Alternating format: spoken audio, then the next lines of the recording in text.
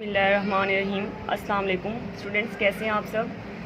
आज हमने chapter number 1 का, ठीक है, चैप्टर नंबर 1 9th की केमिस्ट्री की चैप्टर नंबर 1 में टॉपिक है आपका atomic number and math number. ठीक है, ये स्टार्ट करना है। एटॉमिक नंबर और मैथ नंबर या एटॉमिक मैथ के कंसेप्ट के लिए पहले आप छोटी सी डायग्राम को समझ लें। ये आपके सामने एक छोटी सी डायग्राम बनाई है। इसमें ये जो सेंटर में मैंने पॉजिटिव हिस्सा बनाया है, इसको क्या कहते हैं, न्यूक्लियस। इसको कहते हैं न्यूक्लियस। इसमें दो चीज़ें होती हैं, प्रोटॉन। आपके किसी भी एटम में 3 चीज़ होती हैं ना, आपको पता है। उसमें इलेक्ट्रॉन भी होते हैं, उसमें प्रोटॉन भी होते हैं और उसमें न्यूट्रॉन भी होते हैं। ठीक है, ये 3 चीज़ें होती हैं। आज आपने इन तीनों का कंसेप्ट लेना है।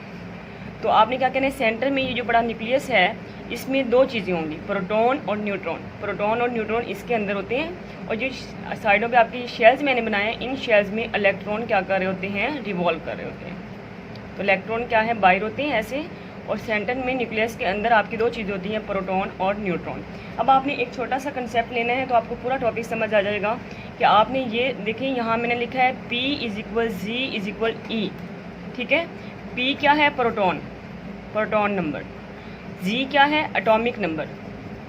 G किसकी रिप्रेजेंटेशन है, एटॉमिक नंबर की। और E क्या है, इलेक्ट्रॉन नंबर। तो अब आपको यहाँ से पता चल गया कि किसी भी एटम का जितना एटॉमिक नंबर होगा उतना ही उसका प्रोटॉन नंबर भी होता है और उतना ही उसका इलेक्ट्रॉन नंबर भी होता है। तो प्रोटॉन का भी पता चल गया कि जितना एटॉमिक नंबर होगा उतना प्रोटॉन, जितना एटॉमिक नंबर होगा उतना ही इलेक्ट्रॉन का नंबर भी उतना ही होता है। तो न्यूट्रॉन का नहीं पता चला ना, तो अब हम इसका पता करेंगे। तो आपने क्या कहना है, न्यूट्रॉन को स्मॉल n से रिप्रेजेंट करते हैं। और न्यूट्रॉन को कैसे फाइंड आउट करते हैं, एटॉमिक मास में से आप एटॉमिक नंबर को माइनस कर देते हो और जो वैल्यू आपके पास आती है उसे आप क्या कहते हैं, न्यूट्रॉन। जैसे यहाँ देखिए, मैं आपको इसको बता देती हूँ। हाइड्रोजन का एटॉमिक नंबर क्या है, 1। इसका प्रोटॉन नंबर भी क्या है, 1। इसका इलेक्ट्रॉन नंबर भी क्या है, 1। ठीक है, और इसका न्यूट्रॉन नंबर क्या होगा, 1 - 1 = 0।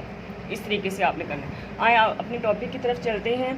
सबसे पहले आप देखें एटॉमिक नंबर क्या होता है। सबसे पहले आपने कहना है कि एटॉमिक नंबर को हम पहले ये देखिए, यहाँ से मैं आपको बता दूँ, जो नीचे लिखा होता है ना, उसको एटॉमिक नंबर कहते हैं। एलिमेंट के जो नीचे रिप्रेजेंटेशन होती है उसे एटॉमिक नंबर कहते हैं। जो ऊपर आप रिप्रेजेंट करते हो नंबर, उसको आप मैथ नंबर कहते हो।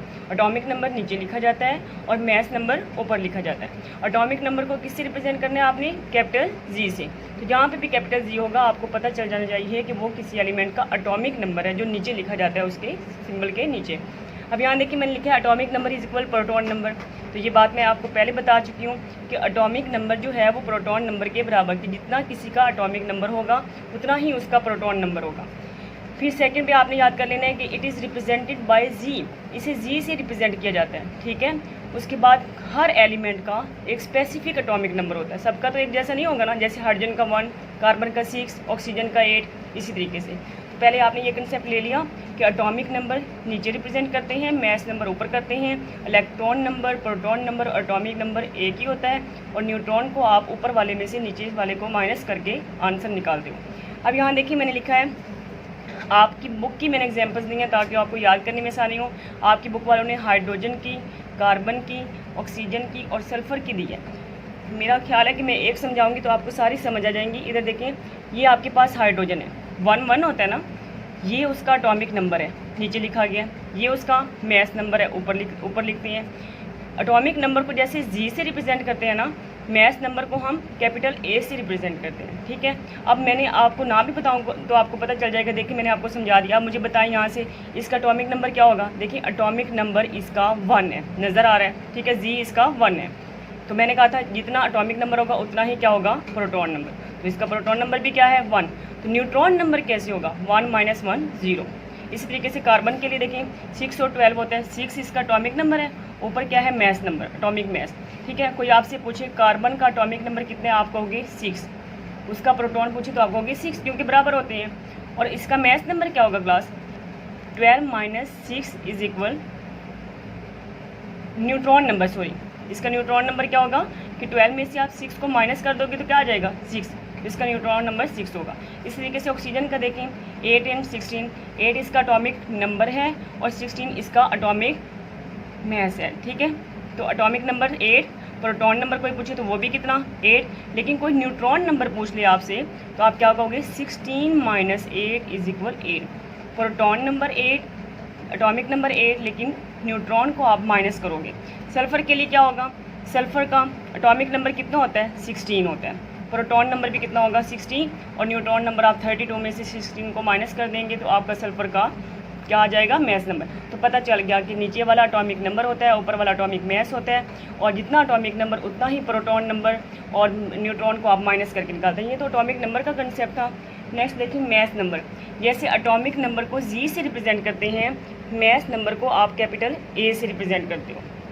और मैस किसी भी चीज़ का एटॉमिक मैस ये जो ऊपर लिखा जाता है, जैसे कार्बन का 12, हाइड्रोजन का 1 है, ठीक है, ऑक्सीजन का 16, सल्फर का 32, ये कैसे निकलते हैं। तो आपने इसके लिए एक फार्मूला याद करना है कि मैस कैसे निकालते हैं। एक फार्मूला होता है हमारे पास, A = G+N। याद करना है आपने, क्या है, A = G+N।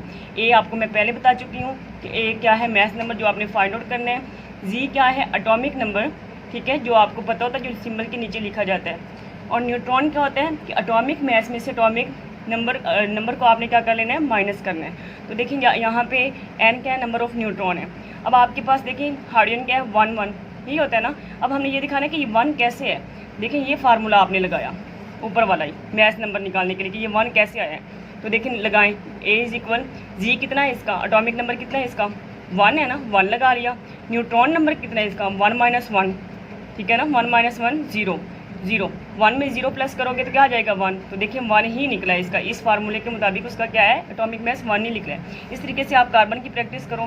कार्बन 6 और 12 है ना। अब हमने ये बताना है कि 12 इसका कैसे मैस निकलता है। देखिए यही फार्मूला, A = G+N। जी कितना है, एटॉमिक नंबर कितना है कार्बन का, 6, आपने 6 लगा दिया। न्यूट्रॉन कितने हैं, 12 - 6 = 6। तो ये 6 आपने इसकी जगह लगा दिया, 6 + 6 करोगे तो कितना आएगा, 12 ही आएगा ना।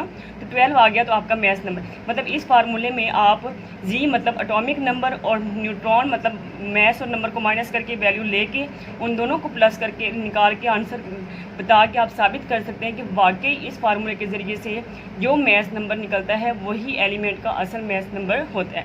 तो आपने ये ठीक है सारा समझ लेना है, मैंने आपको बता दिया। बस एक बात का ध्यान रखना है कि नीचे जो रखा जाता है वो एटॉमिक नंबर होता है, जो ऊपर रखा जाता है वो एटॉमिक मैस होता है। और जितना किसी का एटॉमिक नंबर होगा उतना ही उसका प्रोटॉन नंबर होगा, और न्यूट्रॉन को माइनस करके निकालेंगे और मैस को आप इस फार्मूले से निकाल लेंगे। अगर आपको लेक्चर समझ आया हो, पसंद आया हो तो सब्सक्राइब कर दीजिएगा, लाइक कर दीजिएगा, और क्वेश्चन हो तो कमेंट सेक्शन में कमेंट कीजिएगा। अल्लाह हाफिज़।